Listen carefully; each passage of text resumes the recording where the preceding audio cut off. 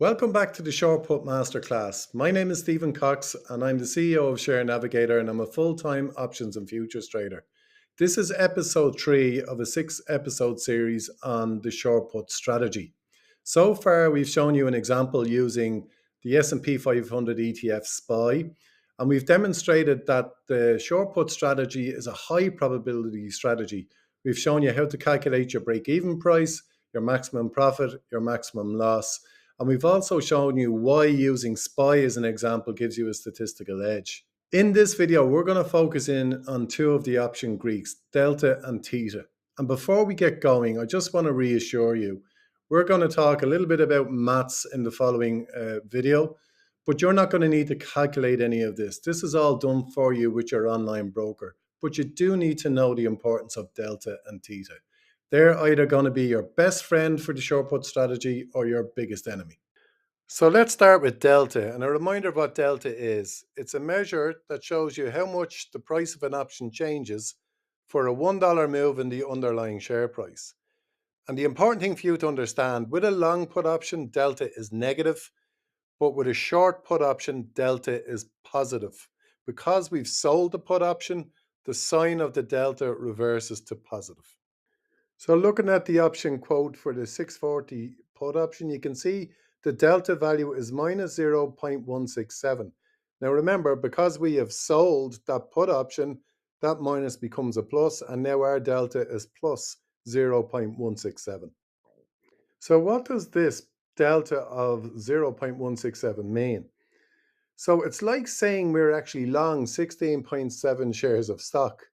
So if SPY rises by $1, our option position will gain $16.70 per contract.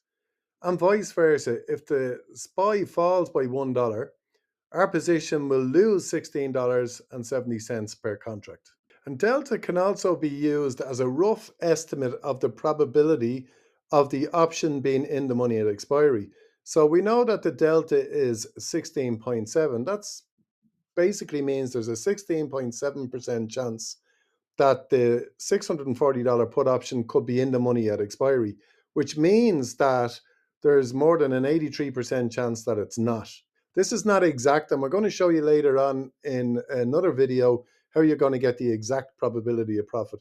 And actually in this trade, it's over 90%. So the key takeaway for you for Delta is that it's telling you you're really, in terms of buying 100 shares of SPY, you're really only exposed to 16.7 shares of SPY, which is less risky than owning the 100 shares. And it's also telling you how much the option will increase or decrease for a $1 move in the underlying share price. And then finally, a rough estimate of probability of it being in the money. But again, just to remind you, your online broker will do all of these calculations for you in their profit and loss tables. And we're going to show you in video 5 where you're going to get those profit and loss tables. So now let's discuss Theta, or time decay. And a reminder of what Theta is. It measures the change in an option's price due to the passage of one single day, assuming everything else stays constant. Theta is the option seller's biggest advantage. This is why we love this strategy.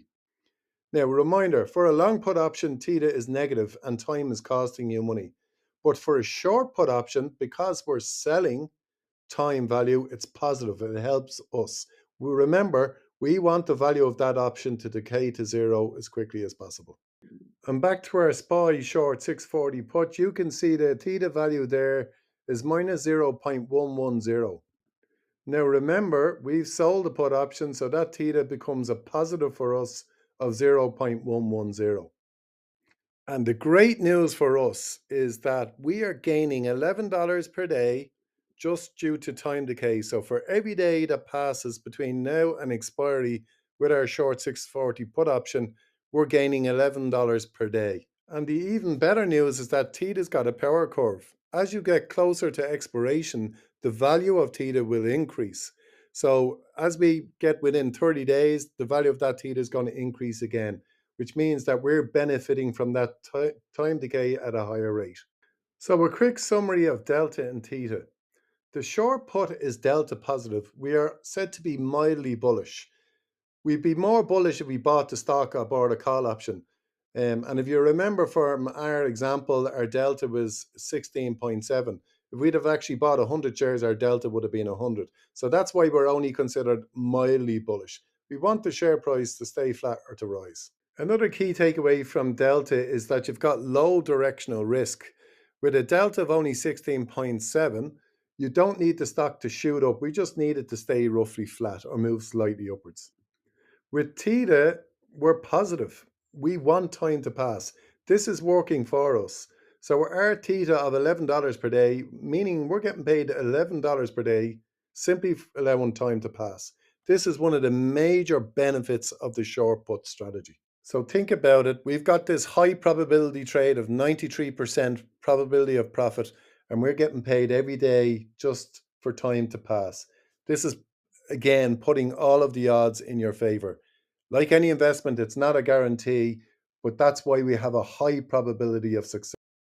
Okay, that's it for delta and theta. And again, I just want to remind you, you do not have to worry about calculating all of the math when you're looking at delta and theta. You just simply need to know what they are and whether they're working for you or against you.